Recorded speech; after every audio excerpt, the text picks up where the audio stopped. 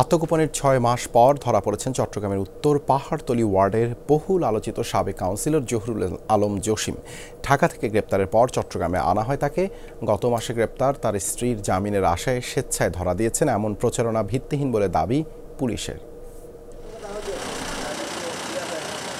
পাহাড় কেটে অবৈধ স্থাপনা নির্মাণ, জমি দখল, কিশোর গ্যাং লালন সহ নানা ঘটনায় বহুল আলোচিত উত্তর পাহাড়তলী ওয়ার্ডের সাবেক কাউন্সিলর জহুরুল আলম জসিম গত বছর বেলার প্রধান নির্বাহী সৈয়দা রিজওয়ানা হাসানের নেতৃত্বে একটি টিম পাহাড় কাটা ও খাল দখলের স্থান পরিদর্শনে গেলে তাদের উপর হামলা চালায় তৎকালীন এই কাউন্সিলরের অনুসারীরা।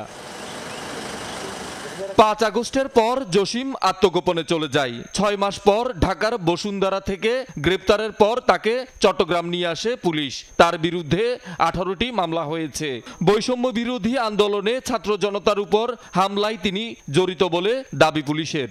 ছাত্রদের যৌক্তিক আন্দোলনকে প্রতিহত করার লক্ষ্যে আগ্নেয়াস্ত্র, দেশীয় অস্ত্রশস্ত্র, ককটেল ও লাঠিসোঁটা নিয়ে আতর্কিত হামলা করে এবং ছাত্র জনতার উপর নৃশংসভাবে আক্রমণ করলে ছাত্রদল কর্মী ওয়াসিম আকরাম, শিবির কর্মী ফয়সাল আহমেদ শান্ত এবং ফার্নিচার ব্যবসায়ী মোহাম্মদ ফারুক ঘটনাস্থলে নিহত হয়।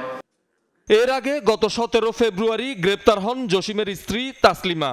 স্ত্রীর জামিনের আশায় তিনি স্বেচ্ছায় ধরা দিয়েছেন, এমন প্রচারণা ভিত্তিহীন বলে দাবি পুলিশের।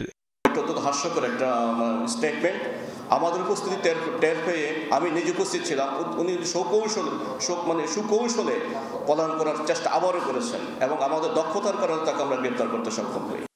নিজের বিরুদ্ধে বিভিন্ন অভিযোগ অস্বীকার করেন সাবেক এই কাউন্সিলর। কোথাও নাই।